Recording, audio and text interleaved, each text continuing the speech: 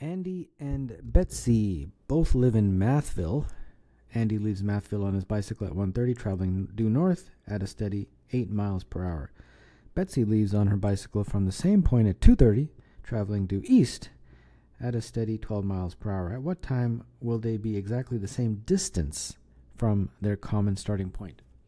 Okay, so we have A going north, and he started at 1:30, and that's 8 miles per hour. And then B, she is going wherever she's going, east, I think, right? Yeah. So east, and that's at 12 miles per hour, and she started at 2:30. Okay, so we're just concentrating on distance. They're not meeting, obviously, because they're going in different directions. Okay, so the distance for the first person will be the same as the distance for the second person, and speed is equal to distance over time. So that means S1T1 is equal to S2T2. Now, the distances are the same, but the times are related also. The times are related as follows. T1 is equal to T2 plus 60, right? And the speeds they've given us, so that should be relatively straightforward. 8T1 and then 12T2. Okay. And then we can substitute T1 as T2 plus 60. 12T2. So that's going to be 8T1 plus 8 times 60 is 12T2. So hold on. That should be 2T2. Sorry about that. And then that's 8 times 60 is 4T2. And therefore T2 would be 2 times 60, which is 120. So T2 is 120. So if the start was 2:30, 120 minutes after that, which would be 4:30, is exactly when the distances are equal. So 4:30 p.m. to be exact. And that would be answer choice E. A box contains 10 pounds of nut mix, which is 50% peanuts, 20% cashews, and 30% almonds. A second nut mix containing 20% peanuts, 40% cashews, and 40% almonds is added to the box, resulting in a new nut mix that is 40% peanuts. How many pounds of cashews are now in the box? Okay. So initially we had 10, and it was 5, 2, and 3, the distribution for peanuts, cashews, and almonds. Okay. And then they're saying that 5, we're concentrating on peanuts, right? Yeah. So then you have a second amount. I don't know what that is. A second nut mix, so I'll just call it B. The first one they told me is 10 pounds, but the second one I don't know how many pounds it is, so I'll just represent the number of pounds as B. That is distributed into 0.2, 0.4, and 0.4 for the peanuts, cashews, and almonds. Yeah. Okay, so then they're saying that now the total is 40%. The whole, all of this is 40% peanuts. So 0.4 is the result for the peanuts alone. So the peanuts here are 5. The peanuts here are 0.2 of B. So 0.2 of B. And then the total would be this 10 and this B. Okay, that seems pretty decent. So we have 5 plus 0.2b is equal to 4 plus 0.4b. So 1 is equal to 0.2b. So then b equals 5, right? So then finally, what they're saying is how many pounds of cashews are now total. So cashews are this guy, which is 2, plus this, which is 0.4b. So that would be 2 plus 0.4 times 5. And that looks to me like 2 plus 2, which is 4. So 4 is the answer, and that would be choice B. How many isosceles triangles are there with positive area whose side lengths are all positive integers and whose longest side is length 2025? Okay, so we have isosceles like that. And then we're going to use the triangle inequality that if this is side A and this is side B and this is side C, you guys know about the triangle inequality. Let me write that down. Triangle inequality. And that states that A plus B has to be greater than C. Otherwise, you can't make a triangle. In this case, it's A plus A is greater than A plus A is greater than C because it's isosceles. So that means that 2A is greater than C. So we have two scenarios. We have the first scenario where C is the longest, and then the other scenario is if A is the longest side. Okay, if C is the longest, then that means that C is equal to 2025 because that's given in the question. So that means that 2A is greater than 2025, and therefore A is greater than 10125. So that means A is either 1013, 1014, all the way till 2024, because it has to be less than 2025. And that gives me a total of 1012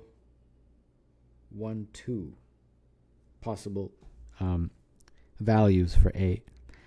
Okay, so now let's turn our attention to this guy where A is the longest. If A is the longest, then that means that using this triangle inequality, 2A greater than C, that means 2 times 2025 is greater than C.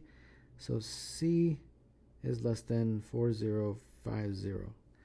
But in addition, since A is the longest, then that means A is equal to 2025, then that means C is less than 2025. So you don't even really need the triangle inequality. So C has got to be either 2024, 2023, all the way down till 1, right? Because it has to be an integer. Okay, so that gives me a total of 2024. So add this, and that gives me 3036. Okay, let's see. Oh, 3036 is not one of the answers. That's kind of interesting. I think it's because they're assuming the situation where it's equilateral, where that's really tricky because they said isosceles, but equilateral qualifies, I guess, in the same category. If it's isosceles, then they give us then we have these two scenarios. But if it's equilateral, then we have a scenario where all three sides are 2025, and that gives you one additional triangle to make the grand total 3037. So that's why the answer is choice D.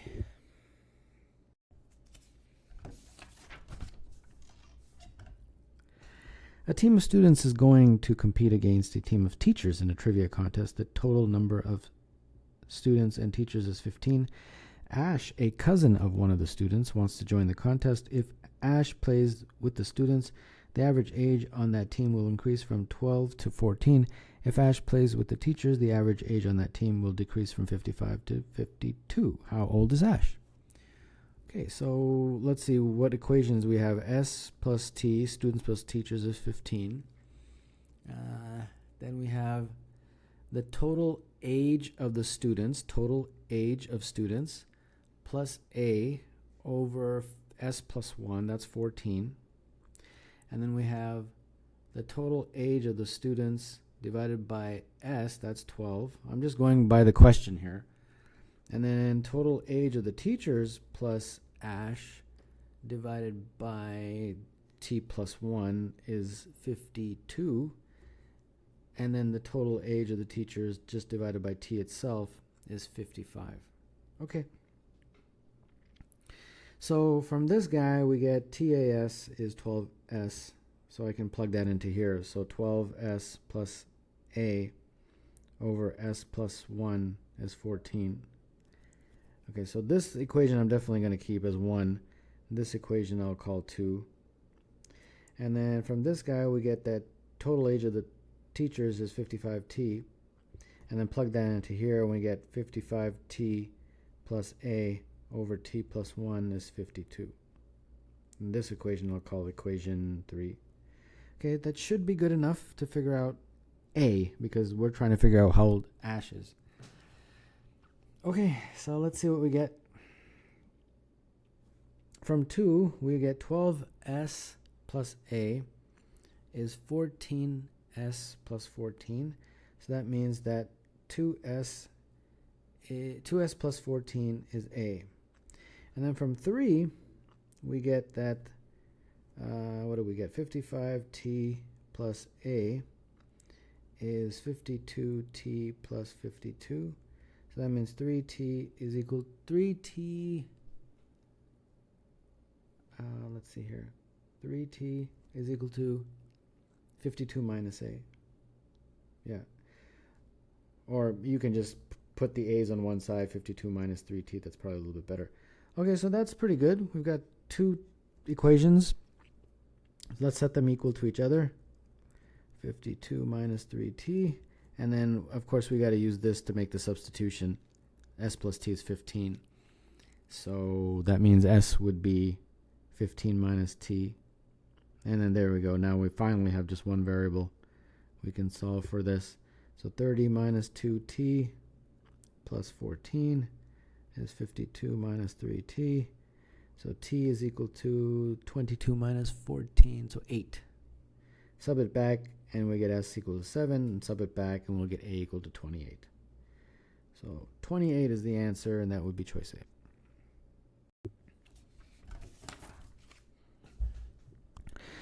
Consider this sequence of positive integers. What is the 2025th term? All right, so we got to analyze this. So we're going to group this. Let's see here. And first I'll group it, and then I'll explain it. Let me just see if I can do this properly here. Okay, and so on. So how did I group this? So if you, the first one is 1, 2, so it kind of goes up. Then 1, 2, 3, and goes back down. 1, 2, 3, 4, and then goes back down. 1, 2, 3, 4, 5, and then goes back down. 1, 2, 3, 4, 5, 6, and then goes back down. So that's the thing.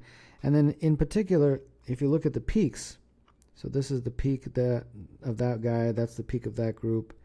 The peaks, as you can see, the first peak is 2, then 3, then 4, then 5, then 6. And then if you look at the position, this is the second position. This is overall 5th position. This is the 10th position. This is the 17th position, and so on. So we got to come up with a formula. And that formula is 1 plus a minus 1 squared is equal to n. So for example, if a is 2, then if you plug it in, you'll get n equal to 2. If a is 5, then we plug it in, n equals 17. So a is referring to the number, like this was 2, this was 5. The n, this guy, is referring to the position. So this was 2, this was 17, like that. So if you extrapolate like this, and you come down to a equals 46, and you plug that in, you get 1 plus 46 minus 1 all squared is n, and then n would be 2025, right? So the 2025th, hold on one second. No, sorry, plus 1. I forgot the 1. So 2026.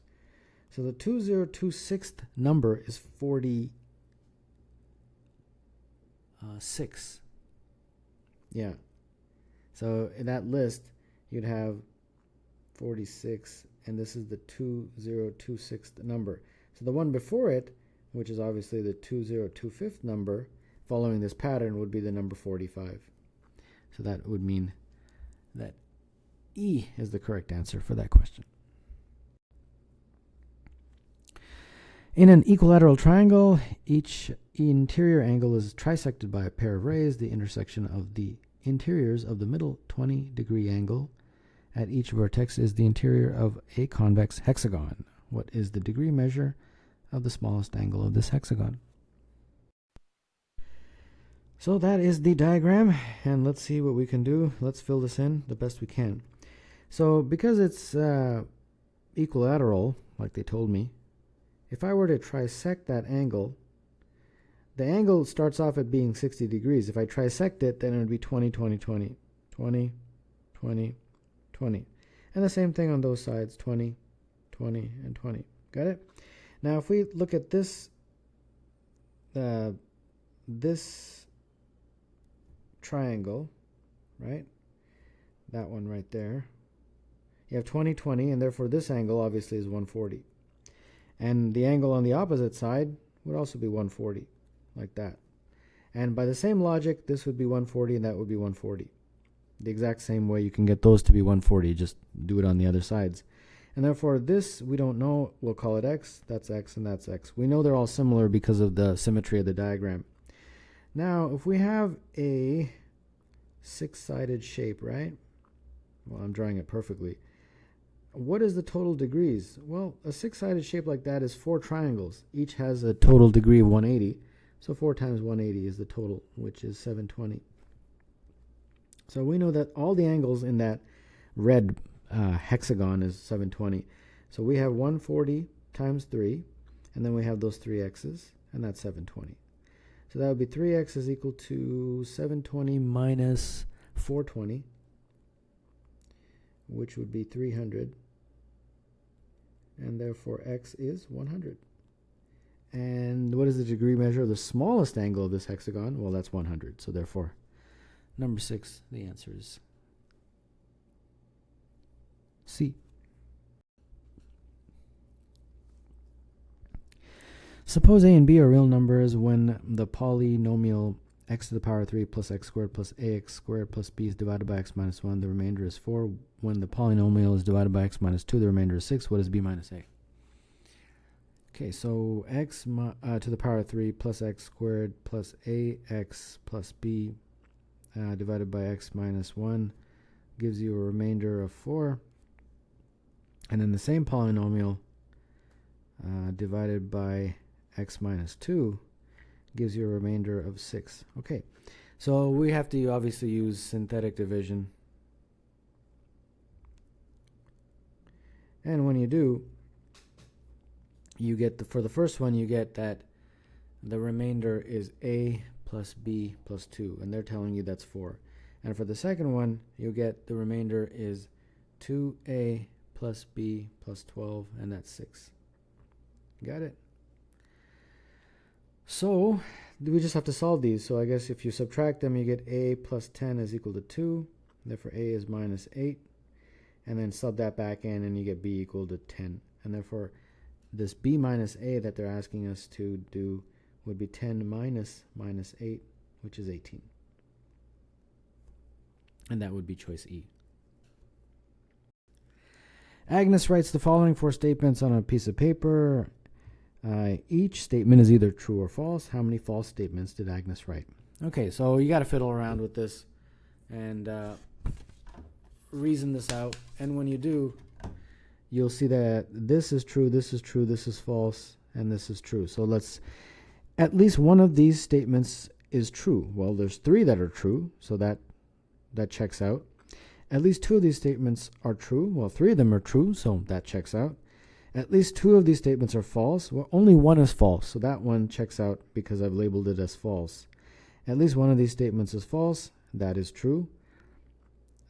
So that's why it wrote true. So all of them check out, and therefore, in the end, when they're saying how many false statements, she wrote only 1 false statement, and therefore, the answer is B.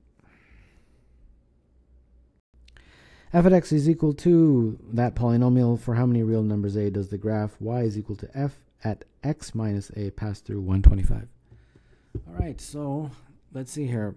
So f at x minus a is equal to this whole thing, 100 x minus a to the power 3 minus 300 x minus a squared plus 200 x minus a.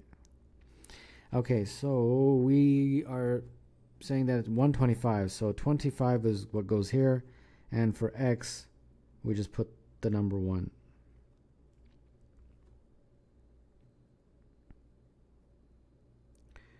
Okay, now in what we can just make a substitution, 1 minus a being equal to t, and it makes the life easier.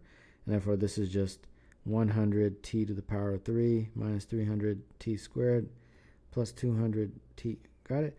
And then put everything on one side and divide through by 25, and you'll get 4t cubed minus 12t plus 8t minus 1. And this is cubic, right? So because it's cubic, I'm thinking that there's 3 roots. I really think that that's all there is to it. So that means that there's 3 roots for this t, and since t is equal to 1 minus a, there'd be 3 values for a. And I think that's pretty much all there is to it. I mean, I'm pretty confident that would work out. So that would be B, No, it would be C in terms of the answer choices. Semicircle diameter AB, chord CD is length 16, parallel to AB. Smaller semicircle diameter AB and tangent to CD is cut out from the larger semicircle as shown. What is the resulting figure area? Okay, so interesting how they drew that. Let's redraw it. Well, let's try our best to make it look at least like a semicircle. Now what I'm going to do is I'm going to put that right in the middle. You see how they cut that out here? I'm going to put that right in the middle. Like that. And that way, and then I put that chord. Yeah. Because it doesn't change it. I just shifted this over a little bit. Now, from here to here, I'll label that R. From here to here, that will be 8 since it's half of the chord. And then if I connect that using Pythagoras, you can easily show is R squared plus 8 squared square root. All right, so what they want is pi big R squared over 2 minus pi small r squared over 2. That's really what they want. Okay, we can figure that out pretty easily then. So let's first factor out the pi over 2. And then r squared, this is our big R. So that's just going to be r squared plus 64. And then minus r squared. So then therefore that's pi over 2 over times 64. And that's just 32 pi. Which would be choice C.